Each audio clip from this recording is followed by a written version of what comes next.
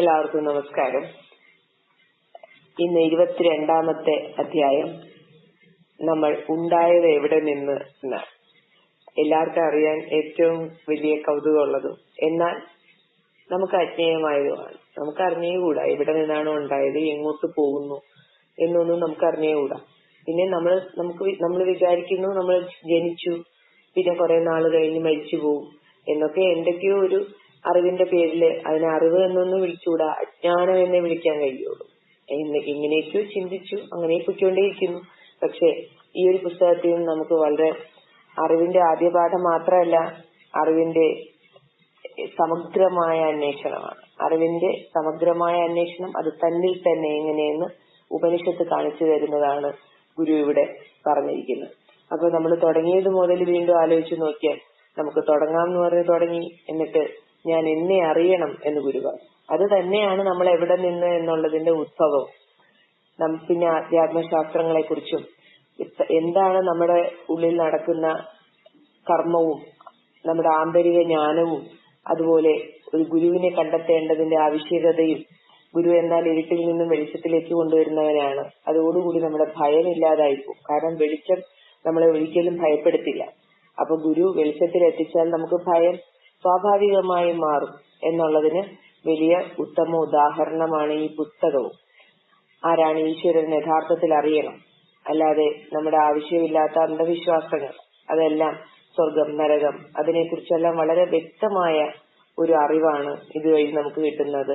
ഇതിന്റെ പഠനം എന്ന് പറയുന്നത് ഒരിക്കലും ഒരു പ്രയോജനമില്ലാത്ത കാര്യമായി തീരുമെന്ന് തോന്നുന്നില്ല. കാരണം ഈ പ്രായത്തിലെങ്കിലും നമുക്ക് ആവശ്യം കുട്ടികളെ പഠിപ്പിക്കുന്നതാണ് എന്ന് കരുതിയെങ്കിലും ഇതിനകത്തോട്ട് ഇറങ്ങാൻ കഴിഞ്ഞത് തന്നെ ഏതോ ഒരു പൂർവ്വജന്മ സുഹൃതമാണ് എന്ന് കരുതണം.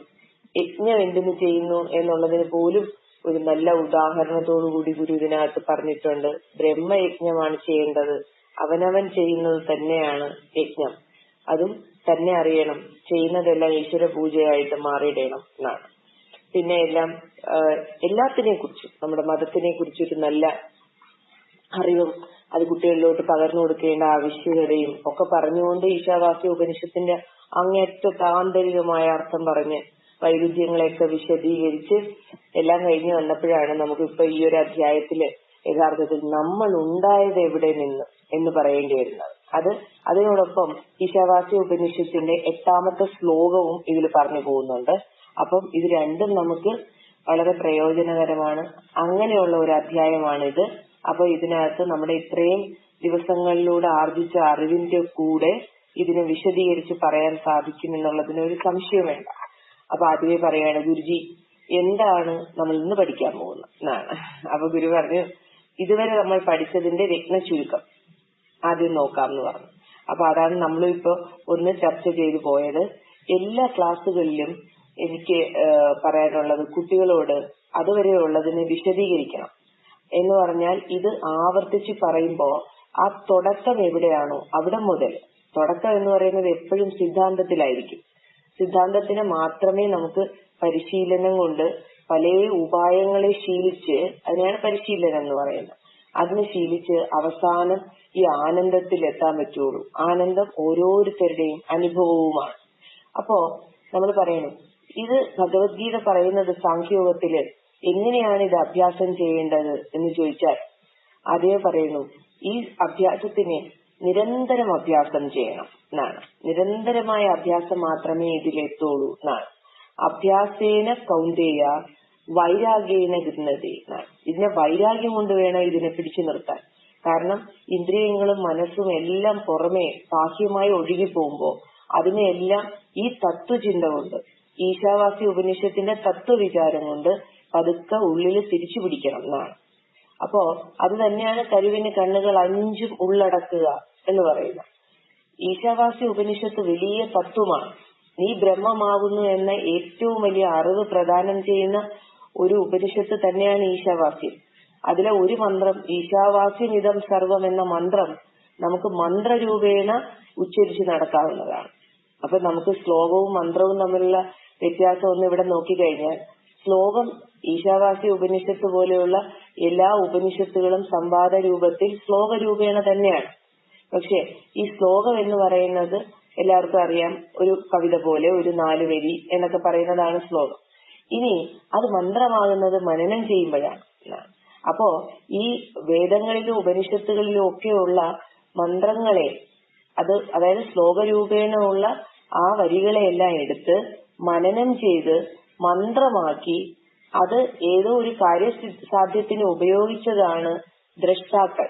ദ്രഷ്ടാവ് എന്ന് പറയുന്നത് ആ ശ്ലോകത്തിനെ മനനം ചെയ്ത് മന്ത്രമാക്കിയവരാണ്. അതിലൊരു ഉദാഹരണമാണ് സൂര്യഗായത്രി. ഗായത്രി മന്ത്രം ദ്രഷ്ടാവ് വിശ്വാമിത്രനാണ് എന്ന് പറഞ്ഞാൽ വേദത്തിൽ ഈ ശ്ലോകരൂപേണ ഇതുണ്ട്. ഇതിനെ എടുത്ത് മന്ത്രമാക്കി മനനം ചെയ്യുമ്പോൾ അത് മന്ത്രമാകും. ശ്ലോകമാണെങ്കിൽ നമുക്ക് യാതൊരു രീതിയിലും അതിനകത്ത് കർമ്മഫലമില്ല. നമ്മുടെ സങ്കല്പം എങ്ങനെയോ അങ്ങനെയാണ് കർമ്മഫലം വരുന്നത്.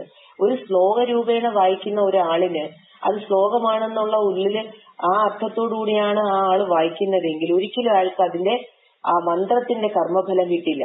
അതുകൊണ്ടാണ് മന്ത്രങ്ങൾ തെറ്റിക്കരുതെന്ന് പറയുന്നത്. മന്ത്രം എന്താണോ നമ്മൾ ഉപാസിക്കുന്നത് ആ മന്ത്രം മനനം ചെയ്യുവാണ്. മനനം എന്ന് പറയുന്നത് ആ മന്ത്രത്തിന്റെ തത്വവിചാരത്തോടുകൂടി ഒരു കാര്യസിദ്ധിക്ക് ഉപയോഗിക്കുന്നത് കൊണ്ട് അതിൽ കർമ്മഫലം വരാൻ സാധ്യത കൂടുതലാണ്.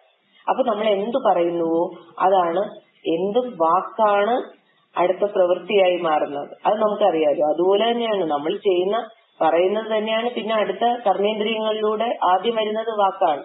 ആ വാക്ക് പാദം പാണി പായു ഉപസ്ഥം എന്നാണ് കർമ്മം.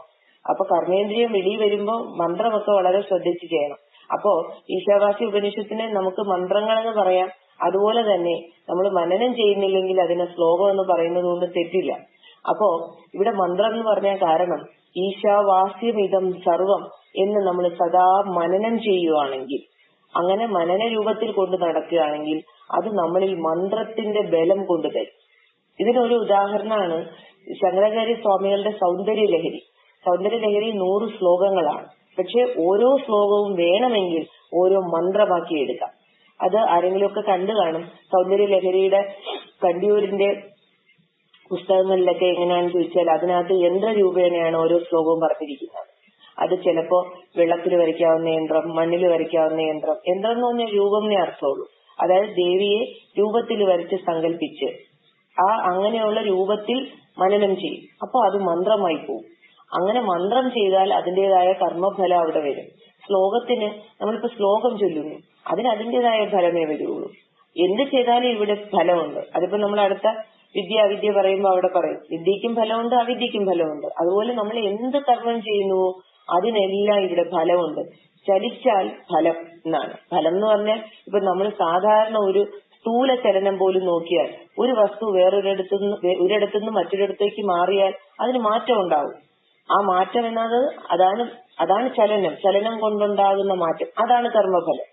ഒരാൾ ഒരു സ്റ്റെപ്പ് വെച്ച് നടന്നാൽ അയാൾ നിന്നിടത്ത് നിന്ന് ഒരു സ്റ്റെപ്പ് മാറി എന്ന് പറയും. അയാൾ 10 സ്റ്റെപ്പ് മുമ്പിലോട്ട് വെച്ചാൽ അയാൾ 10 സ്റ്റെപ്പിന്റെ ഫലം കിട്ടിയെന്ന് അയാൾക്ക്. അപ്പൊ ചലനത്തിന് ഫലം ഉണ്ടാവും. ആ ചലന നിയമമാണ് സകല സൂക്ഷ്മ സ്ഥൂല കാരണ ചലനങ്ങളിൽ ഇവിടെ നടന്നുകൊണ്ടേയിരിക്കുന്നത്.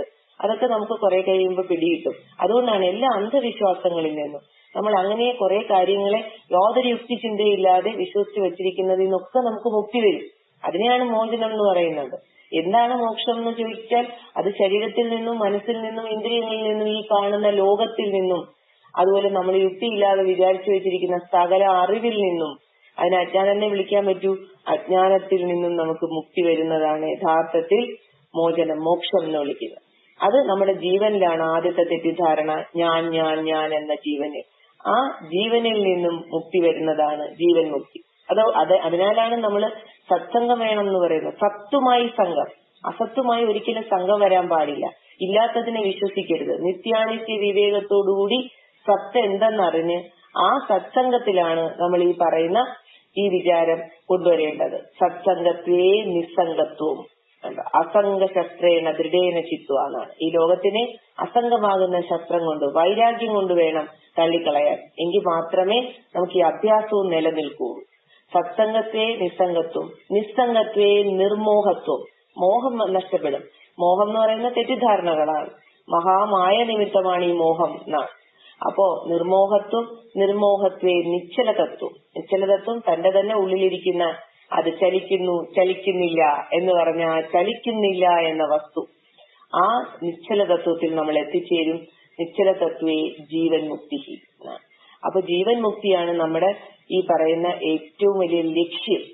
ഏറ്റവും വലിയ ലക്ഷ്യം ഇതാണെന്ന് കുട്ടികളിൽ എത്തിക്കണം. ജീവൻ മുക്തി, മോക്ഷം എന്ന് പറയുന്ന വയസ്സാകുമ്പോ കിട്ടേണ്ടതല്ല. ഈ ശരീരത്തിൽ ഇരിക്കവേ തന്നെ ഈ ജീവിതത്തിനെ എങ്ങനെ ശാന്തമായി നേരിടാം എന്നാണ്. നമ്മളിപ്പോ ജീവിതത്തിനെ പ്രതികാരപൂർവ്വമാണ് നേരിടുന്നത് പലപ്പോഴും. കാരണം അതുകൊണ്ടാണ് യുദ്ധസമാനമായിട്ട് മാറുന്ന പലപ്പോഴും നമ്മുടെ ജീവിതം തന്നെ. മറ്റുള്ളവരോടുള്ള ഇടപെടല്, പ്രകൃതിയോടുള്ള ഇടപെടല്, ചുറ്റുമുള്ള തന്റെ തന്നെ കർമ്മത്തിനോടുള്ള ആ ഒരു ഏറ്റുമുട്ടൽ, അതൊന്നും അല്ല വേണ്ടത്. കർമ്മമെല്ലാം ശാന്തമായി ഇതം ഈശാവാസ്യം ഉറപ്പുവരണം. ഉള്ളില് സദാ പൂർണ്ണമത, ഞാൻ പൂർണ്ണനാണ്, ഈ കാണുന്നതൊക്കെ പൂർണ്ണമാണ് എന്ന ഈശാവാസ്യത്തിന്റെ ശാന്തി മന്ത്രം ഉള്ളില് സദാ മുഴങ്ങണം. എങ്കിൽ മാത്രമേ ഇത് ഇപ്പൊ നമ്മളൊരു 22ാമത്തെ അധ്യായത്തിൽ എത്തിയെങ്കിൽ അതിന്റെ ഫലം ദർശിച്ചു തുടങ്ങണം. ആ സമയത്ത് നമ്മളിൽ ശാന്തി എന്തെന്ന് കുറേശ്ശെ സ്ഫുരിക്കണം. ഞാൻ ആരെന്ന് തെളിഞ്ഞ് അനുഭവിക്കണം. ഞാനെന്ന അഹങ്കാരമല്ല, അഹംബോധം തെളിയണം എന്നാണ്. ബ്രഹ്മമാണ്, ആ ബ്രഹ്മം തന്നെയാണ് എങ്ങും നിറഞ്ഞു നിൽക്കുന്നത് എന്നൊക്കെ അറിയാനുള്ള ആ ഒരു അവസരം എത്തിക്കഴിഞ്ഞു എന്ന് തന്നെയാണ് എനിക്ക് തോന്നുന്നത്. അതിനെ നിത്യം നിരന്തരം ഉപാസിക്കുന്നവർക്ക്. ഇത്ര അധ്യായങ്ങൾ കുട്ടികളോട് പറഞ്ഞ് ആവർത്തിച്ച് ക്രമേണ നമ്മൾ ക്ലാസ്സുകളിൽ ഇതിനെക്കുറിച്ച് തന്നെ പറഞ്ഞൊരു ധ്യാനം ഉണ്ടാക്കിയെടുക്കണം. ധ്യാനം എന്ന് പറയുമ്പോൾ തെറ്റിദ്ധരിക്കേണ്ട, ധ്യാനം എന്നത് സദാ സ്മരണയാണ്.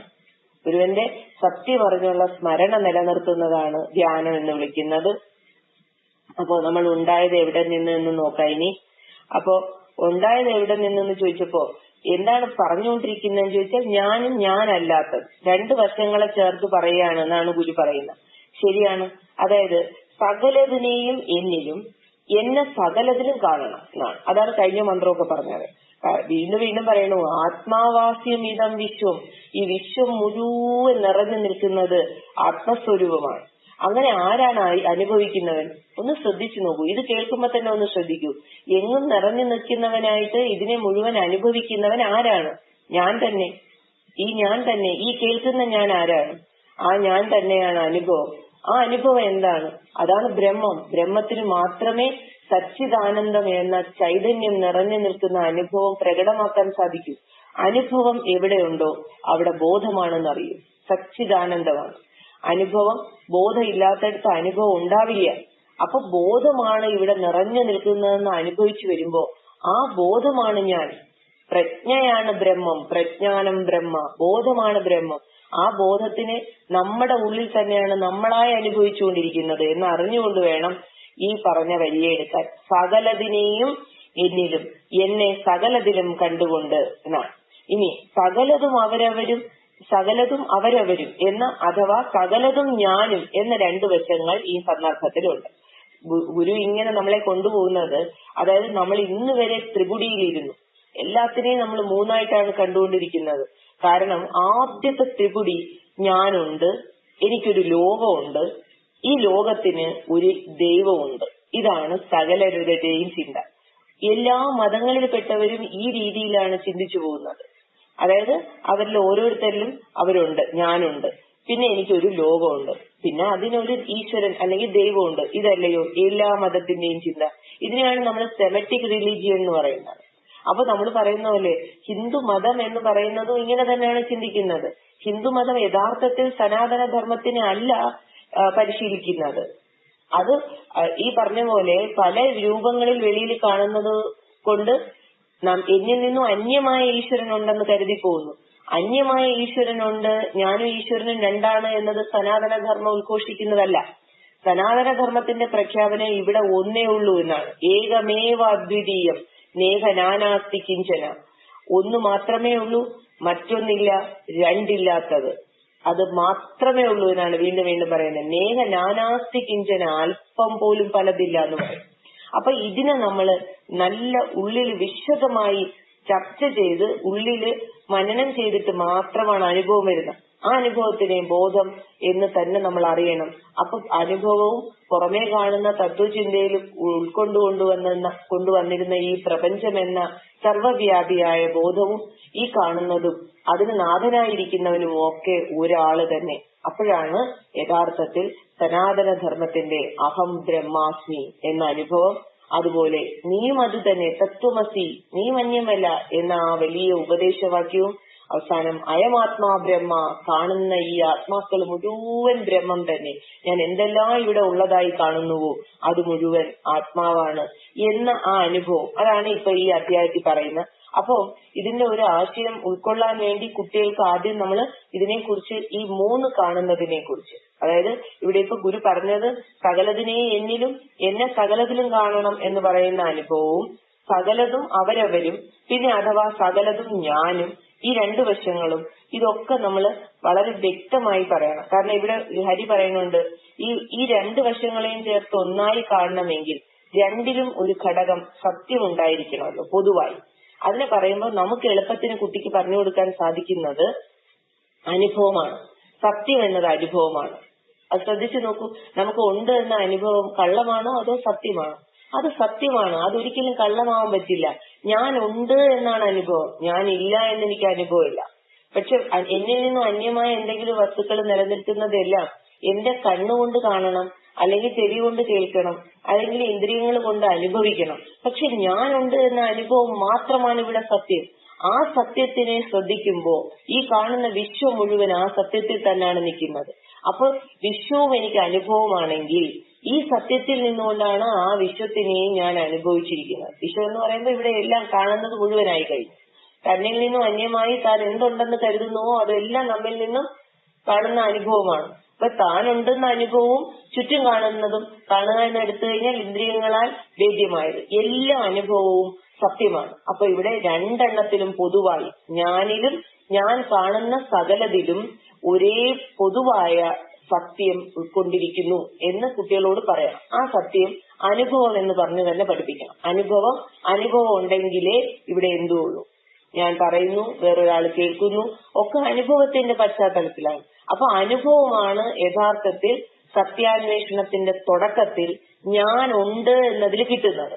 ഇത് എല്ലാവരുടെ ഉള്ളിലും ഉണ്ട്. എല്ലാവരുടെയും ഹൃദയാന്തര്യാമിയായിരിക്കുന്ന ചൈതന്യം, അത് ബ്രഹ്മവസ്തു, എല്ലാവരും അനുഭവമായാണ് ആദ്യം തുടങ്ങുന്നത്. വീണ്ടും വീണ്ടും വിചാരം ചെയ്യൂ, ഉണ്ട് എന്ന അനുഭവത്തിലാണ് നമ്മൾ നിൽക്കുന്നതും ഇവിടെ എല്ലാത്തിലും നമ്മൾ ഇടപെടുന്നതും ഒക്കെ ഉണ്ട് എന്ന അനുഭവത്തിലാണ്. ആ ഉണ്ടെന്ന അനുഭവത്തിൽ ഒരു അജ്ഞാനം കടന്നുകൂടിയതാണ് ഞാൻ വേറെയാണ് എന്ന അനുഭവം. ഞാനുണ്ട് എന്ന അനുഭവമാണ് നമുക്ക് പൊതുവെ ഉള്ളത്. ആ ഞാനുണ്ടെന്ന അനുഭവത്തിൽ നിന്നും നമ്മൾ പതുക്കെ പതുക്കെ സത്യം ഉൾക്കൊള്ളുമ്പോ അത് ഉണ്ടെന്ന അനുഭവമായി എന്നിലും പുറമേയും നിറഞ്ഞു നിൽക്കുന്നതാണെന്ന് അറിയണം. അതാണ് പൊതുവായ ഒരു സത്യം രണ്ടിലും ഉണ്ട് എന്ന് ഗുരു ഇവിടെ പറഞ്ഞത്. എന്നിട്ട് ഹരി പറഞ്ഞു, ആ ചോദ്യം എനിക്ക് മനസ്സിലായില്ല. അതുപോലെ കുട്ടികൾ പറയും, ആ ചോദ്യം മനസ്സിലായില്ല. കാരണം നമുക്ക് അവരോട് പറഞ്ഞ് മനസ്സിലാക്കി കൊടുക്കേണ്ട കാര്യമുണ്ട്. സർവം ബ്രഹ്മമയം എന്ന് പറയുമ്പോ എല്ലാം ബ്രഹ്മമാണ്, എല്ലാം ഇവിടെ അനുഭവമാണ്. അനുഭവം ഇല്ലാത്തടത്ത് ഒന്നുമില്ല. അനുഭവം ഉള്ളത് കൊണ്ടാണ് ഇവിടെ എല്ലാം ഉള്ളത്. ആ അനുഭവം നമ്മുടെ ഉള്ളിൽ ബോധമാണ്. ഇനി എന്തുകൊണ്ടാണ് ജീവബ്രഹ്മ ഐക്യം സാധ്യമാകുന്നത് എന്ന് ചോദിച്ചാൽ, ജീവനും ബ്രഹ്മവും ഒരേ വസ്തു ആയതുകൊണ്ടാണ്. രണ്ടും ബോധമാണ്. ബ്രഹ്മം എന്ന് നമ്മൾ പറയുന്നത് ബോധമാണ്, ജീവൻ എന്ന് പറയുന്നത് ബോധാംശമാണ്. അപ്പോ ഇത് രണ്ടും കൂടി മാത്രമേ ചേരൂ. എല്ലാം അങ്ങനെയല്ലയോ, വസ്തുക്കള് ഒരേപോലെ ഉള്ളതേ ചേരുള്ളൂ. ജലവും കൂടി ചേരും. പാലും വെള്ളവും കൂടി ചേരുന്ന കാരണം രണ്ടും ജലമായതുകൊണ്ടാണ്, രണ്ടും വെള്ളമായതുകൊണ്ടാണ്. അതുപോലെ നമ്മൾ പറയുന്നത് പോലെ ഒരു തടിക്കഷ്ണം, ഇവിടെ ഇപ്പൊ ഗുരു പറയുന്നത് തടിക്കഷ്ണവും ഇരുമ്പ് കഷ്ണവും തമ്മിൽ വിളക്കി ചേർക്കാൻ പറ്റില്ല. സ്ഥൂലമായ ഉദാഹരണം പറയാണ്, സ്ഥൂലത്തിൽ പോലും നമുക്ക് പറയാം. പക്ഷേ അല്ലെങ്കിൽ ചെമ്പും പിച്ചളയും, കാരണം പിച്ചളയിൽ നല്ലൊരു അംശം ചെമ്പുണ്ട്. അപ്പൊ അതുപോലെ ഞാൻ ലോകത്തിലുള്ള സകലതും രണ്ടു വശങ്ങൾ അങ്ങോട്ടും ഇങ്ങോട്ടും ചേർത്ത് ഇണങ്ങണമെങ്കിൽ പൊതുവായ ഒന്ന് രണ്ടിലും ഉണ്ടായിരിക്കണം. അതാണ് പൊതുവായ ഒന്ന് രണ്ടിലും. ഇപ്പൊ ജലവും പാലും എന്ന് പറഞ്ഞ പോലെയാണ്. രണ്ടിലും പൊതുവായ ഒരു ദ്രവ്യഭാവമുണ്ട്. രണ്ടും ജലം പോലെ, ഒന്ന് ജലം ഒന്ന് രണ്ടും ദ്രാവകങ്ങളാണ്. അപ്പൊ അത് രണ്ടും ഒരുപോലെ ചേരും. അതുപോലെയാണ് ഒരു തടിക്കഷ്ണവും ഇരുമ്പ് കഷ്ണവും ചേരില്ല. കാരണം അതിന് രണ്ടിലും ഒരേ പൊതുവായ അംശം രണ്ടിലും ഇല്ല. അതേസമയം ഇരുമ്പും പിച്ചളയും കൂടെ ചേരുന്നതിന് കാരണം അതിന്റെ ഒരു അംശം, അതുപോലെ ഒരു സ്വഭാവം മറ്റതിനുമുണ്ട്. അപ്പൊ എന്തോ രണ്ടെണ്ണം ചേരണമെങ്കിൽ രണ്ടും ഒരുപോലെ ഏതോ ഒരു പൊതുവായ സത്യത്തിനെ ഉൾക്കൊള്ളുന്നതായിരിക്കണം. അതുകൊണ്ടാണ് നമ്മളില് രണ്ടിലും ഉണ്ടായിരിക്കണം. ആ ഒന്ന് ഏതാണെന്നാണ് ചോദിച്ചത്. അതായത് ഞാനും ഈ കാണുന്ന സകലതും ഒന്നാണ് എന്ന അനുഭവം ഉണ്ടെങ്കിൽ നമുക്ക് തന്നെ കണ്ടെത്താം എന്റെ ഉള്ളിലെ ഉണ്ടെന്ന അനുഭവവും എനിക്ക് ഈ കാണുന്ന സകലതും ഉണ്ടെന്ന അനുഭവം ഉണ്ടെങ്കിൽ ഏതോ ഒരു പൊതുവായ സത്യം രണ്ടിലും നിൽപ്പുണ്ട്. എന്നിലും ഉണ്ടെന്ന അനുഭവം ഉണ്ട്, ഈ കാണുന്ന വസ്തുക്കളിലും അനുഭവമുണ്ട്. അതായത് എന്നിലും ഉള്ളിലും അകവും പുറവും നിറഞ്ഞു നിൽക്കുന്നത് ബോധം തന്നെയാണ് എന്ന അനുഭവം. അപ്പോ ഒന്നാം മന്ത്രത്തിൽ പറഞ്ഞതുപോലെ ഗുരു പറഞ്ഞു, സകലതിലും വ്യാപിച്ച് നിറഞ്ഞിരിക്കുന്ന സത്യം എന്താണെന്നാണ് അവിടെ പറഞ്ഞത് ആദ്യം. ഈശാവാസ്യമിതം സർവം. അതുകൊണ്ടാണ് എല്ലാ ക്ലാസ്സുകളിലും കുട്ടികളോട് ഒരു ഈശാവാസ്യമിതം സർവം എന്നത് ആവർത്തിച്ച് പറഞ്ഞ് ഉറപ്പിക്കേണ്ടതാണ്. അത് നമ്മുടെ കർത്തവ്യമാണ്. കാരണം അല്ലാതെ ഇത് വെറുതെ ഒരു ക്ലാസ് പഠിപ്പിച്ചത് കൊണ്ട് കിട്ടുന്നതല്ല. കുട്ടികളിൽ അനുഭവം ഉണ്ടാക്കിയെടുക്കണം. ഇത് കേട്ട് അവനൊരു മന്ത്രം പോലെ ഇതിനെ കൊണ്ട് നടന്നാലേ തന്റെ ഉള്ളിൽ അത് അത്ര കണ്ട് അനുഭവിക്കാൻ സാധിക്കൂ. അനുഭവമാണ് സത്യം, അതല്ലാതെ സത്യം വാക്കുകൊണ്ട് പറഞ്ഞിട്ട് കാര്യമില്ല. അതുകൊണ്ടാണ് ഇവിടെ എല്ലാം നമ്മള് സത്യമേവ ജയതേ എന്ന് പറഞ്ഞു. നമ്മുടെ കോടതിയുടെ ലോഗോ എല്ലാം അതാണ്. പക്ഷെ ആളുകൾ സത്യമേവ ജയതേ അല്ലെങ്കിൽ ഗാന്ധിജി പറഞ്ഞ സത്യം എന്നൊക്കെ പറഞ്ഞു, എന്റെ സത്യാന്വേഷണ പരീക്ഷണങ്ങൾ എന്നൊക്കെ പറഞ്ഞപ്പോ നമ്മൾ കരുതിയത് വാക്കാലുള്ള സത്യമാണ്. വാക്കിലുള്ള സത്യം മാറും.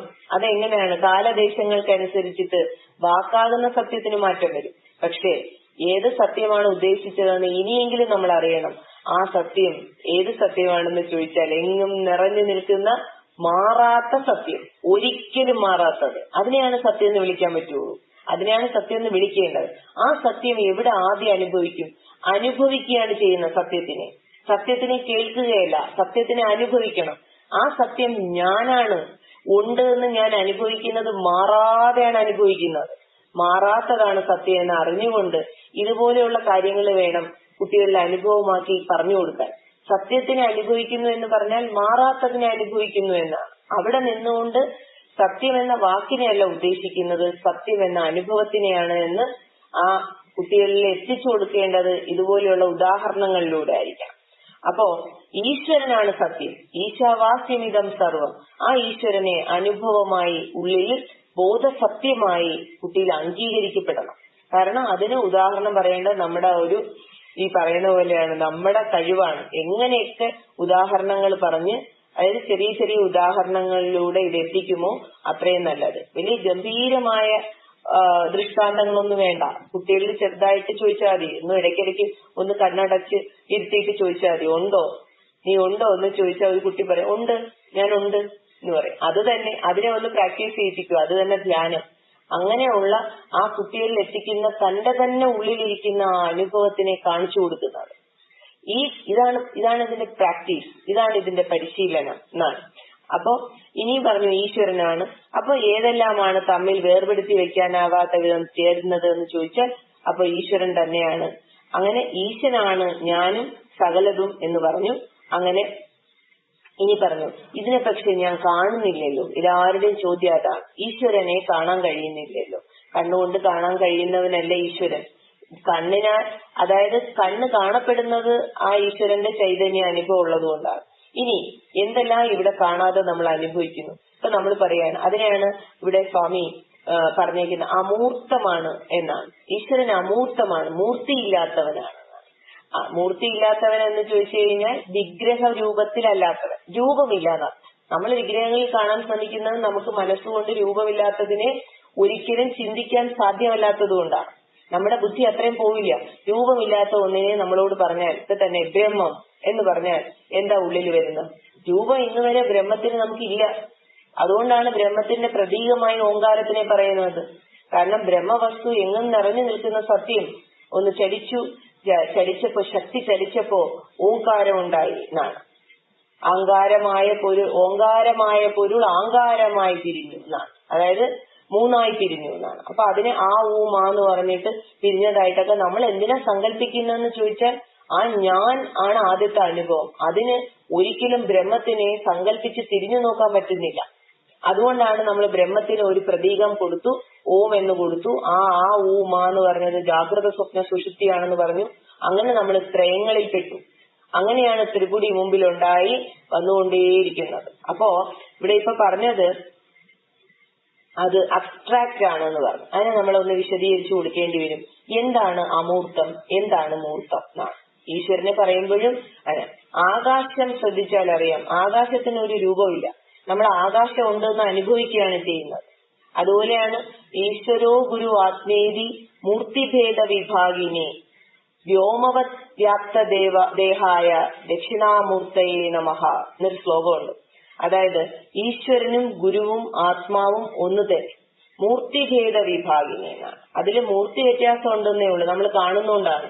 പക്ഷേ ഏതോ രൂപങ്ങളിൽ കാണുന്നോണ്ടാണ്. പക്ഷെ അത് എങ്ങനെയാണ്? അതിന്റെ ദേഹം വ്യോമവത് വ്യാപ്ത ദേഹായ എന്നാണ്. അതിന് ഈ ആകാശം പോലെയുള്ള ദേഹമാണ് ഉള്ളത് എന്ന് നീ ഉള്ളില് അനുമാനിക്കണം. വിചാരം ചെയ്ത് വേണം ഈശ്വരനെയും ഗുരുവിനെയും ആത്മാവിനെയും സമീപിക്കാൻ. ദക്ഷിണാമൂർത്തയേ നമഃ. ദക്ഷിണാമൂർത്തി എന്ന് പറഞ്ഞാൽ ജ്ഞാനം അമൂർത്തമായത് എന്നാണ്. ദക്ഷിണ അമൂർത്തി എന്നാണ് അവിടെ പറയുക. ദക്ഷിണ എന്ന് പറഞ്ഞാൽ ജ്ഞാനം എന്നർത്ഥം. അമൂർത്തിയാണ്, ദക്ഷിണാമൂർത്തി എന്നാണ് എഴുതുക. ആ പറഞ്ഞ അമൂർത്തി പറഞ്ഞു, ദക്ഷിണ അമൂർത്തി. ജ്ഞാനം അമൂർത്തമായതാണ് ഇവരെല്ലാം. ഇവരുടെ മൂർത്തി എങ്ങനെയാണ്? ഗുരുവാണെങ്കിലും ഈശ്വരനാണെങ്കിലും ആത്മാവാണെങ്കിലും ജ്ഞാനം അമൂർത്തമായിട്ടാണ് ഇരിക്കുന്നത്. നമ്മൾ ഗുരുദേവനെ ജ്ഞാനി എന്ന് വിളിക്കുന്നത് നമ്മളാണ്. അദ്ദേഹത്തിന്റെ സ്വരൂപം ജ്ഞാനമാണ്. എന്താണ് ഗുരുദേവന്റെ രൂപം എന്ന് ചോദിച്ചാൽ ആ കാണുന്നതല്ല, വ്യോമവദ്വ്യാപ്ത ദേഹായ ദക്ഷിണാമൂർത്തയേ നമഃ എന്നാണ്.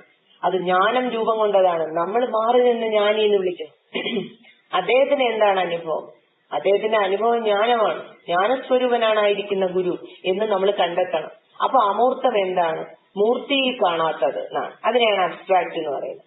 ഇനി ഉദാഹരണം പറഞ്ഞാൽ പൂവിൽ മണം എന്ന പോലെ. പൂവ് മൂർത്തവും പൂവിന്റെ മണം അമൂർത്തവുമാണ്. പൂവിന്റെ മണം ഒരിക്കലും നമ്മൾ കാണുന്നില്ല, പക്ഷെ അനുഭവിക്കുന്നുണ്ട്. പൂവ് കാണുന്നുണ്ട്. അപ്പൊ എന്തോ ഒരു വസ്തുവിനെ പറയുമ്പോ നമുക്ക് അപ്പൊ തന്നെ അറിയാം ഉള്ളിൽ അമൂർത്തമായിട്ട് അത് വരും. എന്നിട്ടാണ് നമ്മൾ അതിനെ അനുഭവിക്കുന്നത്. കണ്ണ് കണ്ടാലും അമൂർത്തമായിട്ട് ഉള്ളിൽ അനുഭവം. അപ്പൊ അനുഭവം അമൂർത്തമാണ്. ഇനി അടുത്തത് വേറൊരു ഉദാഹരണം പറഞ്ഞാൽ വാക്കും അർത്ഥവും. ഇപ്പൊ ഇത് കേട്ടുകൊണ്ടേയിരിക്കുന്നു. ഈ കേൾക്കുന്ന വാക്ക് ചെവിയിലാണ്. പറഞ്ഞുകൊണ്ടിരിക്കുന്ന വാക്കുകളെല്ലാം ചെന്ന് ബോധം ചെവിയിലാണ് അറിയുന്നത്. ഇനി ആ ചെവിയിൽ കേൾക്കുന്ന വാക്കിന്റെ ഈ അർത്ഥം എവിടെ പോകുന്നു? അർത്ഥം അമൂർത്തമാണ്. അതുകൊണ്ടാണ് കാളിദാസൻ അതിന്റെ ആദ്യത്തെ മംഗളശ്ലോകത്തിൽ പറഞ്ഞു, ശകുന്തളത്തിന്റെ മംഗളശ്ലോകാണെന്തോ, വാഗർത്ഥ പ്രതിപത്തേ എന്നാണ് പറഞ്ഞത്. വാഗർത്ഥാവിവ സംപൃക്തൗ വാഗർത്ഥ പ്രതിപത്തേ ജഗത പിതരവ് വന്ദേ പാർവതി പരമേശ്വരവും എന്നാണ്. വാക്കും അർത്ഥവും പോലെ ചേർന്നിരിക്കുന്നതും, അതായത് വാക്കും അർത്ഥവും ചേർന്നാൽ മാത്രമേ ഇവിടെ എന്തിനും അനുഭവമുള്ളൂ. ശ്രദ്ധിച്ചു നോക്കിയാൽ മതി. വെറും വാക്ക്, വെറും ശബ്ദം, എന്തർത്ഥം? ഒന്നുമില്ല. അതേസമയം അർത്ഥം എവിടാണ് വരുന്നത്? അർത്ഥം ഉള്ളിലാണ് വരുന്നത്. അങ്ങനെയാണ് ഈ ജഗത്തിന് പിതാവും മാതാവുമായിട്ടിരിക്കുന്ന പാർവതി പരമേശ്വരന്മാർ എന്നാണ് അവിടെ പറഞ്ഞത്. നമ്മൾ നോക്കൂ അങ്ങനെയല്ലേന്ന്. വാക്ക് വെളിയിൽ നിന്ന് കേൾക്കുമ്പോ ഉള്ളിലെ ചൈതന്യരൂപമായിരിക്കുന്ന ആ ബോധസ്വരൂപത്തിൽ അർത്ഥം വരികയാണ്. അപ്പൊ വാക്കും അർത്ഥവും കൂടി ചേർന്നാൽ മാത്രമേ ഇവിടെ അനുഭവം പൂർണ്ണമായി വരികയുള്ളൂ. അപ്പൊ ഈ പ്രകൃതിയെ കാണുന്ന ഞാൻ ഉണ്ട് എന്ന അനുഭവവും പ്രകൃതിയും ഉള്ളത് ഇത് രണ്ടും ചേർന്നതുകൊണ്ടാണ്. വാക്കും അർത്ഥവും പോലെയാണ്. അതാണ് അർത്ഥനാരീശ്വര സങ്കല്പം. അർത്ഥനാരീശ്വരൻ എന്ന് പറയുമ്പോൾ ഇത് രണ്ടും കൂടി ചേർന്നതാണ്. ആ ഭഗവാനാകുന്ന ശിവസ്വരൂപം ബോധമായി നമ്മുടെ ഉള്ളിൽ ചലിക്കാതിരിക്കുന്നു. അതിൽ ദേവി ശക്തി ചലിച്ച് പകുതി ചേരുമ്പോഴാണ്, ശക്തി ചലിച്ചപ്പോഴാണ് ഈ പ്രകൃതി അനുഭവിക്കുന്നത്. ശരീരമില്ലാതെ ഇന്ന് വരെ ആരും പ്രകൃതിയെ അനുഭവിച്ചിട്ടില്ല. അപ്പൊ ശരീരം, ഞാൻ തുടങ്ങി ഇങ്ങോട്ട് എല്ലാം എന്താണ്? ദേവീ സ്വരൂപമാണ്, അർത്ഥനാരീശ്വരനാണ്. ഇനി ഗുരുദേവന്റെ അർത്ഥനാരീശ്വര സ്തവം ഒന്ന് ശ്രദ്ധിച്ചു നോക്കിയാൽ അറിയാം. ഇവിടെ മഴ പെയ്യരുത് എന്ന് പറയുമ്പോ യഥാർത്ഥത്തിൽ ആരോടാണ് പറയേണ്ടത്? എങ്ങും ചലിക്കാതിരിക്കുന്ന ബോധസ്വരൂപനായ ഭഗവാനോട് മഴ പെയ്യണമെന്ന് പറയാൻ പറ്റില്ല. പിന്നെ ആരോടെ പറയാൻ പറ്റുള്ളൂ? ആ ബോധസ്വരൂപം ശക്തിയായി ചലിച്ച് ഈ കാണുന്നതെല്ലാം ഉണ്ടാക്കിയെങ്കിൽ അതിനെ ആ ഭാവത്തിൽ വേണം അതിനെ അങ്ങേയറ്റം ഉപാസിക്കാൻ. അദ്ദേഹം ഉപാസിച്ചിരിക്കുന്ന അങ്ങനെയാണ്, അർത്ഥനാരീശ്വരനായിട്ടാണ് ഉപാസിച്ച് ഈ വർഷം ഉണ്ടായത് അവിടെ.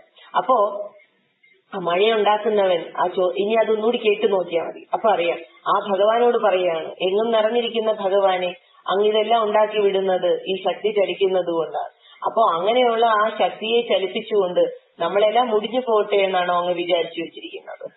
ഈ ശക്തി കൊണ്ട് തന്നെ ഈ മഴ പെയ്ച്ചില്ലെങ്കിൽ ഇവിടെ എല്ലാം ഉണങ്ങിപ്പോവും. കരിഞ്ഞു പോവും എന്നൊക്കെ പറയുമ്പോ ആ ഭാവം അതാണ്, അത്ര അറിവാണ്. കാരണം ബോധസ്വരൂപത്തിൽ എന്ത് ചലിക്കാനാണ്? ഒന്നും ചലിച്ചിട്ടില്ല. ആ അനുഭവത്തിലല്ല അവിടെ വരുന്നത്. അവിടെ അർദ്ധനാരീശ്വര സങ്കല്പം പറഞ്ഞിട്ടാണ് അർദ്ധനാരീശ്വര സ്തവം പറഞ്ഞിരിക്കുന്നത്. അത് ഗുരുവിന്റെ അനുഭവമാണ്. അപ്പൊ നമ്മൾ അതുപോലെ അറിയണം. ഇനി അമൂർത്തം എന്ന് പറയുന്നത് എപ്പോഴും അനുഭവം മാത്രമായിരിക്കും. അമൂർത്തം കാണാൻ സാധ്യമില്ല. പൂവിൽ മണം എന്ന പോലെ പൂവിന്റെ മണമാണ് നമുക്ക് അനുഭവം, പൂവ് കാഴ്ചയും.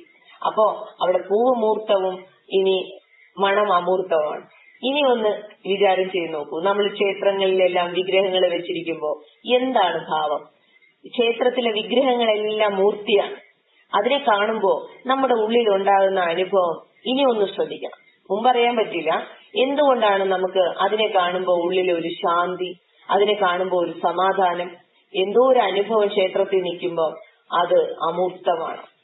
അമൂർത്തമാണ്. ഗുരുവിനെ സങ്കല്പിക്കുമ്പോൾ, ശ്രീനാരായണ ഗുരുദേവനെ സങ്കല്പിക്കുമ്പോൾ ഉള്ളിൽ രൂപമാണ് സങ്കല്പിക്കുന്നത് എങ്കിലും ആ സങ്കല്പത്തിന്റെ പിറകിൽ ഒരു അമൂർത്തമില്ലയോ? അതിനെയാണ് നമ്മുടെ യഥാർത്ഥ അനുഭവം, സത്യാനുഭവം എന്ന് പറഞ്ഞ് അറിയേണ്ടത്.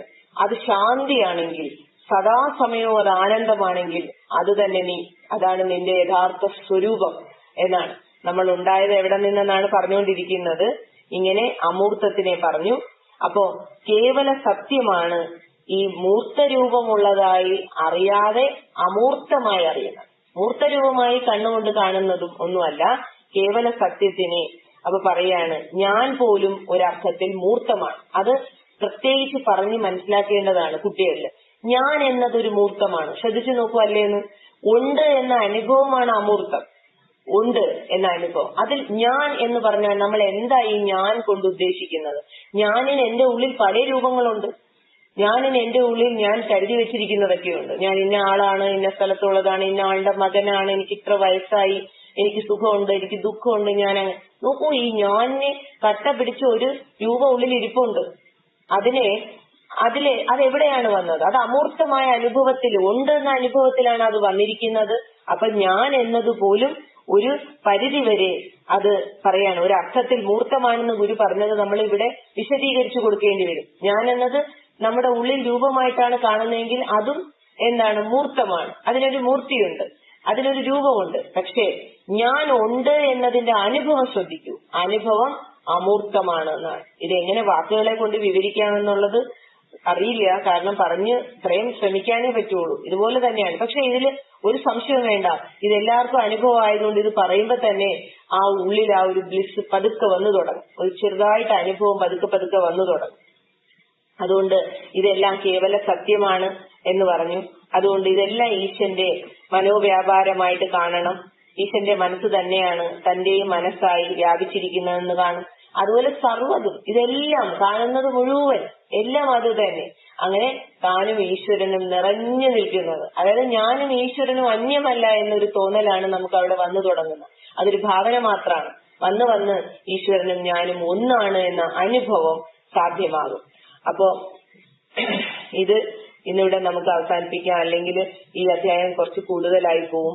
അപ്പൊ അടുത്ത ദിവസം ഇതിന്റെ ബാക്കി, അതായത് ഈശാവാസ്യ ഉപനിഷത്തിന്റെ 8ാമത്തെ ശ്ലോകം പറയണം. അപ്പൊ അതും കുറച്ച് വളരെ വിശദമായി പറയേണ്ടതാണ്. അതുകൊണ്ട് ഈ അധ്യായത്തിന് നമുക്ക് 2ആയിട്ട് എടുക്കേണ്ടി വരും. എന്തായാലും ഉൾക്കൊള്ളുന്നതിലാണ് കാര്യം, അധ്യായത്തിന്റെ കണക്കെടുപ്പിലല്ല. എങ്ങനെയാണ് നമ്മൾ ഇനി അങ്ങോട്ടങ്ങോട്ട് അനുഭവത്തിൽ എത്തുന്നത് എന്നുള്ളതാണ്. അത് പകർന്നു കൊടുക്കാനോ അതല്ല തനിക്ക് അനുഭവിക്കാനോ, രണ്ടും ഒരുപോലെ പ്രാധാന്യം. അതുകൊണ്ട് ഇതിനെ ഗുരുവിന്റെ പാദത്തിൽ വെച്ച് നമസ്കരിക്കുന്നു. കാരണം ഇത് അനുഭവത്തിന്റെ തുടക്കം പലരിലും ഉണ്ടാക്കും. അതുകൊണ്ട് എല്ലാവർക്കും നമസ്കാരം.